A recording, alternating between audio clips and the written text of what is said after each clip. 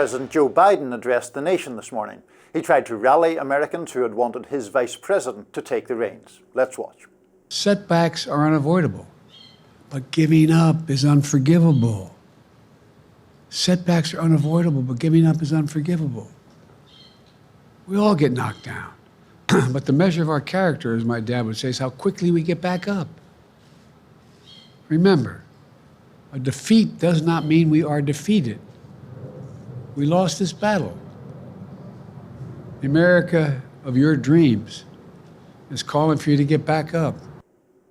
And he then went on to say, a democracy deserves respect even when you do not agree. And we're in a democracy. The will of the people always prevails. Yesterday, I spoke with President-elect Trump to congratulate him on his victory. And I assured him that I'd direct my entire administration to work with his team to ensure a peaceful and orderly transition. That's what the American people deserve. And finally, he defended America and the process of voting. I also hope we can lay to rest the question about the integrity of the American electoral system. It is honest, it is fair, and it is transparent. And it can be trusted, win or lose. I also hope we can restore the respect for all our election workers who busted their necks and took risks at the outset. We should thank them. Thank them for staffing voting sites, counting the votes, protecting the very integrity of the election. Many of them are volunteers who do it simply out of love for their country. And as they did their duty as citizens. Over there, Robby. What do you make of that? I mean, yeah, good for him, just like Kamala Harris conceding gracefully and promising an orderly transition. That is a good thing. It was a bad thing when Trump did not behave that way.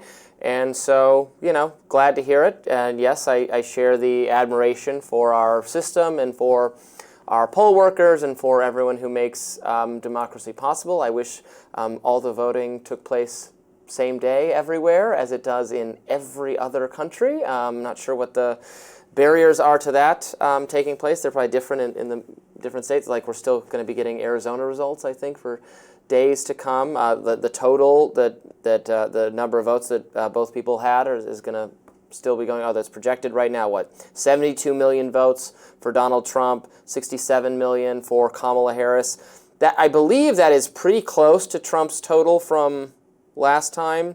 Yeah, Trump's total last time was 74 million, but Biden got 81 million. So I have already seen some kind of the anti-Trump resistance Twitter account, BlueAnon, I call them, people being like, where are those other 15 million votes? What happened to those votes? They made them disappear. And I've actually seen, and I'm just going to say this, I do not co-sign this view whatsoever. Oh, no. I do not think 2020 was stolen, okay. But I have seen some conservative people being like, was it actually stolen if we won this easily this time?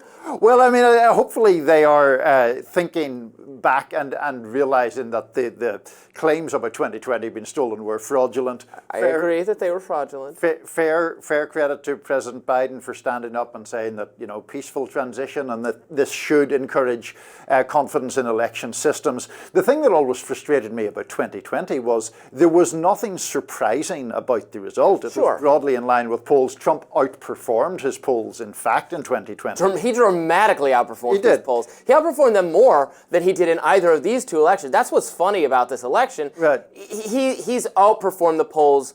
The polls were exactly even. They had a 50-50 election, and it's a Trump plus 2.5, 3 election.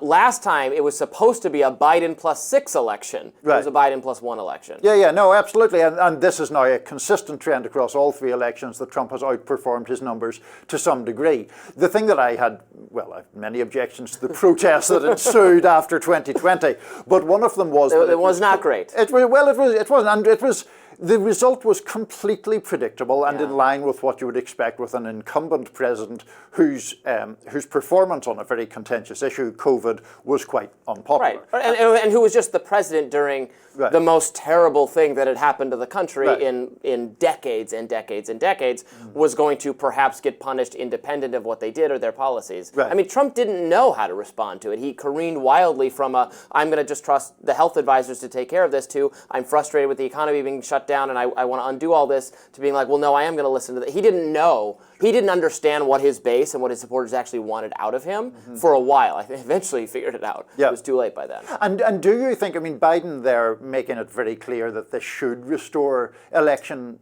faith in election integrity. Do you think it will? I mean, now that Trump has won again, do you think that those election deniers, or whatever you want to term them, on the MAGA right will fade away to any extent? Will that idea fade away, or will they be waiting for the midterms or the next presidential election to resurrect those sort of fictitious claims? I mean, I hope so. We can't tell until, I mean, Trump's not going to be running for president again, I don't Right. think, unless there's some fundamental change to our constitutional But order. you don't I think guess those we should people not. would come back if it was Vance, for example? No, I don't know. I think they very well could. I mean, I'm glad to see so far that at no high level is any kind of election delegitimization stuff coming out of the Democratic camp either. Not to say there was an equivalence, but you know, Hillary Clinton's level of complaining when she lost did at some point rise to the level, again, she didn't take any action, but rhetorically saying it was illegitimate because of the Russian interference or influence. There were people, when John Kerry lost, even John Kerry humored it a little bit, say, I forget what state it was, saying Ohio, the irregularities I believe it was. in Ohio. We're not seeing anything even close to even approach, I'm not seeing anything at all, except from some no account Twitter type people, and I think that's very good. Yeah, and the fact that Trump won by such it's just not close enough. It's not close enough. It's like it couldn't be that. There's no plausible claim you can make. She got beaten, and that was that. Yeah, I mean, Biden won in the popular vote by a massive number, by millions and millions of votes, but it was extremely close. It was just, I think, 60, 70,000 votes, or maybe that might have been 120,000. I think it was 60, 70,000 votes was the margin of Trump's victory versus Hillary in the 3 states cumulatively. It might have been twice as much as that for Biden. This is Trump winning the popular vote by less than Biden won it, but in the key swing states winning by even more than that margin, I think. I think it's 120,000 in just Pennsylvania, so we'll have to see. We will. We shall have to see how that goes. Quite a victory. But sure. Nice to see Joe Biden for one of the probably last times we're going to be... He'll be back. He says he wants to make every one of, I think he said 74 days or something left. He wants to make every day count. So you'll see plenty more from Robby. Take faith. Have heart. Our president working hard for you, for us, for the American people. More rising still to come. Please stay around.